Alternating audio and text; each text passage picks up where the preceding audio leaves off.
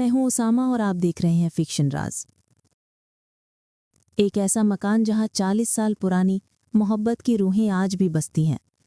एक ऐसा राज जो दीवारों के अंदर से सिसक रहा था, और एक ऐसा इंकशाफ जो मौत के बाद भी इंसाफ की आवाज़ बन गया। सूरज ढलते ही विनिला कॉलोनी की गली नंबर 7 में एक अजीब सी खामोशी छा जाती। ये वो घर था जिसे देखकर हर गुजरने वाला अपनी रफ्तार तेज कर लेता। घर नंबर B47 अपनी पूरी इमारत से एक दुखी दास्तान बयान करता महसूस होता था। उसकी सफ़ेद दीवारें अब वक्त के हाथों खाकस्तरी धब्बों में तब्दील हो चुकी थीं, जैसे किसी ने खौफ के नकूश छोड़ दिए हों। हर खिड़की के पीछे लटके हुए गहरे भूरे पर्दे बाहर की दुनिया को अंदर की कहानी जानने का कोई मौका ही नहीं देते थे। अहमद ने यह मकान एक ऐसे डील पर ख़रीदा था जो इसकी सस्ती कीमत की वजह से शुरू से ही मशकूक लग रहा था। प्रॉपर्टी डीलर ने सिर्फ ये कहा था, साहब ये पुरानी प्रॉपर्टी है, मालिक बैरूने मुल्क हैं, जल्दी फ़रोख्त करना चाहते हैं। मगर जिस दिन अहमद ने पहली बार इस मकान के दरवाजे में चाबी डाली, उसे महसूस हुआ जैसे कोई और भी है जो अंदर से उसे घूर रहा है।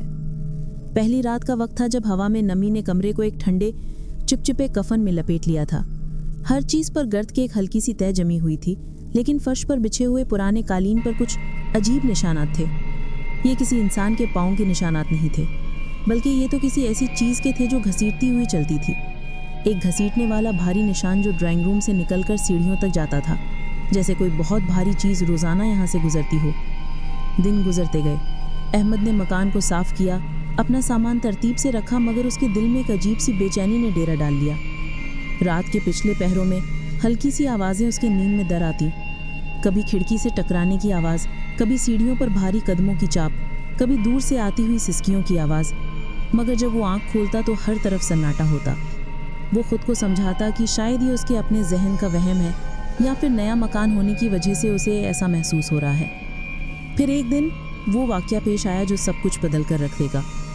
अहमद को अपने बेडरूम की अलमारी में से कपड़े निकालना थे। अलमारी का दरवाज़ा अकड़ता हुआ एक कड़कड़ाहट के साथ खुला। अंदर से गर्द और नेफ्थलीन की बू के अलावा एक और चीज़ ने उसकी तवज्जो खींची। अलमारी की पिछली दीवार का एक तख्ता ढीला था। तजस्सुस के मारे उसने वो तख्ता हटा कर देखा। तख्ता हटते एक तारीख तंग सुराख नजर आया।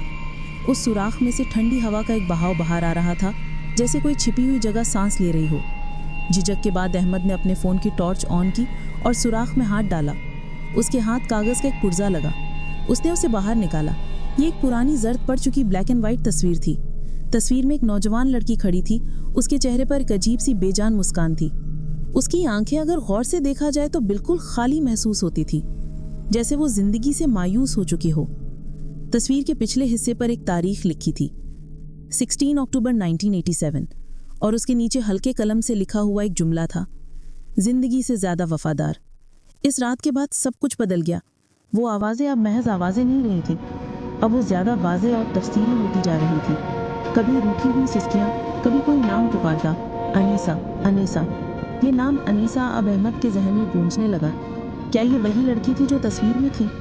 उसने कॉलोनी के बुजुर्गों और दुकानदारों से इस मकान के बारे में पूछना शुरू किया। हर कोई बात को टाल देता, कोई कुछ बताना नहीं चाहता था, जैसे सबके मुंह पर कोई ताला लगा हुआ था। आखिरकार एक बूढ़ा फेरी वाला जो कभी इस घर में काम किया करता था, उसने एक शाम अहमद को हकीकत बताई। साहब, ये घर, यहाँ एक लड़की रहती थी, अनीसा। उसके वालिद बहुत सख्त थे। कहते हैं किसी लड़के से मोहब्बत करती थी जो उसके हमकमा थे। एक दिन वो लड़का गायब हो गया, पता नहीं कहाँ गया। पुलिस ने बहुत तलाश की मगर कोई सुराग न मिला। अनीसा ने फिर कभी शादी नहीं की, वो इसी घर में रही और फिर एक दिन वो भी गायब। कहते हैं वो मर गई मगर उसकी लाश कभी नहीं मिली। लोग कहते हैं कि वो इस घर में कहीं है। अहमद के लिए कहानी पहले से कहीं ज़्यादा डरावनी हो गई। वो समझ नहीं पा रहा था कि उसे क्या करना चाहिए। फिर एक रात वो नींद में अचानक एक आवाज़ से बेदार हुआ। ये आवाज़ उसके कान के बिल्कुल करीब से आई थी। एक औरत की आवाज़ जो रोते हुए कह रही थी, वो यही है, उसे ढूंढो। अहमद का दिल दीवानावार धड़कने लगा। उसने फ़ोन की टॉर्च उठाई और आवाज़ की सिमत चल पड़ा। आवाज़ उसे उसके अपने ही बेडरूम से बाहर तारीख बरामदे में ले गई, जहाँ से सीढ़ियाँ ऊपर वाली मंजिल पर जाती थी। वो सीढ़ियाँ जिस पर उसने आज तक कदम नहीं रखा था। सीढ़ियाँ चढ़ते हुए उसे महसूस हुआ जैसे कोई उसके पीछे चल रहा हो। वो मुड़कर देखता तो कुछ नहीं होता था, मगर उसे यकीन था कि कोई है। ऊपर वाली मंजिल पर एक बंद दरवाज़ा था। दरवाजे के नीचे से एक हल्की सी रोशनी झलक रही थी, और वही आवाज़, वही सिसकियाँ उसी दरवाजे के पीछे से आ रही थी। अहमद के हाथ कांप रहे थे। उसने दरवाजे का हैंडल पकड़ा, मगर वो दरवाजा खुला नहीं। वो ये बर्फ जैसा ठंडा था। उसने जोर लगाया और दरवाजा एक कड़कड़ाहट के साथ खुला। अंदर का मंजर देखकर अहमद की सांसें रुक गईं। ये कमरा बिल्कुल नया, बिल्कुल साफ सुथरा था, जैसे अभी अभी सजाया गया हो।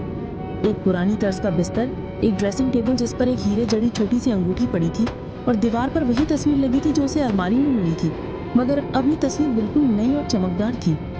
और फिर आईने में उसने एक अक्स देखा। उसका अपना अक्स नहीं था, वो एक नौजवान लड़की का अक्स था, जिसके चेहरे पर वही बेजान मुस्कान थी, जिसकी आंखें बराहे रास्त अहमद को घूर रही थी। अहमद ने घबरा कर पीछे मुड़कर देखा। कमरा बिल्कुल खाली था, मगर जब उसने दोबारा आईने की तरफ देखा तो वो लड़की का अक्स अब भी वहीं मौजूद था। और फिर आईने में उस लड़की के होंठ हिले और उसकी आवाज़ जो बराहे रास्त अहमद के जहन में गूंजी, बोली, तुम इसे ढूंढने आए हो ना? वो लड़का, वो यही है, दीवार के अंदर। अहमद ने हथौड़ा उठाया और उस दीवार पर वार करना शुरू किया जिसकी तरफ आईने वाली लड़की ने इशारा किया था। प्लस्तर के टुकड़े उड़ने लगे, ईंटें नजर आने लगी, और फिर एक ऐसा मंजर सामने आया जिसे देखकर अहमद के होश उड़ गए। दीवार के अंदर से एक इंसानी खोपड़ी बरामद हुई, बाल अभी उससे चिमटे हुए थे। ये वही लड़का था जो 40 साल पहले गायब हुआ था, लेकिन इससे भी ज्यादा डरावनी बात वो थी जो खोपड़ी के साथ मिली, एक नया मोबाइल फोन जिस पर अभी तक नोटिफिकेशन आ रहे थे। ये वही फोन था जो अहमद ने पिछले हफ्ते खो दिया था। अहमद ने कांपते हुए हाथों से फोन उठाया। उसकी स्क्रीन पर एक मैसेज नजर आया, तुमने आखिरकार मुझे ढूंढ ही लिया। उसी लम्हे कमरे का दर्जा हरारत एकदम गिर गया, सांसों के धुएं जैसे बादल बनने लगे, और आईने में अनीसा का अक्स फिर से नमूदार हुआ, मगर इस बार वो करीब से देख रही थी। अनीसा की आवाज़, अब तुम सच जान गए हो, ये मेरा महबूब था। मेरे वालिद ने हमें अलग होते देखा तो उन्होंने इसे यहीं दीवार में जिंदा चुनवा दिया। मैंने इसके बाद खुदकुशी कर ली। हम दोनों की रूहें इस घर में कैद हैं। अहमद ने डरते डरते पूछा, मेरा फ़ोन यहाँ कैसे आया? अनीसा ने हमें लिया। हमें किसी ऐसे शख्स की ज़रूरत थी जो हमारी आवाज़ सुन सके, जो हमारा मैसेज दुनिया तक पहुँचा सके। तुम वो शख्स हो। अहमद ने कहा, क्या मैसेज? हमारे वालिद अभी तक जिंदा हैं, वो इस शहर में ही रहते हैं। उन्हें बताओ कि हमने उन्हें माफ़ कर दिया है। मोहब्बत के आगे हर गुनाह माफ़ हो जाता है। उसी लम्हे कमरे में एक रोशनी चमकी। दोनों रूहें, अनीसा और उसका महबूब, एक दूसरे का हाथ पकड़े खड़े थे। उनके चेहरों पर पहली बार एक सुकून वाली मुस्कान थी। अनीसा की आवाज़, अब हम जा सकते हैं, हमारा काम पूरा हो गया। और फिर वो गायब हो गए। अगले दिन अहमद ने अनीसा के वालिद का पता लगाया। वो एक बूढ़ा आदमी था जो अकेले अपने एक कमरे में रहता था। जब अहमद ने उसे सारी कहानी सुनाई तो वो रोने लगा। मैंने 40 साल से चैन से सोता नहीं था। मेरी बेटी, मेरी अनीसा, मुझे माफ़ कर दे। मैंने जो कुछ किया वो मोहब्बत में अंधा होकर किया। उस बूढ़े शख्स ने अपने गुनाह का एतराफ़ किया और अगले हफ्ते इंतकाल कर गया।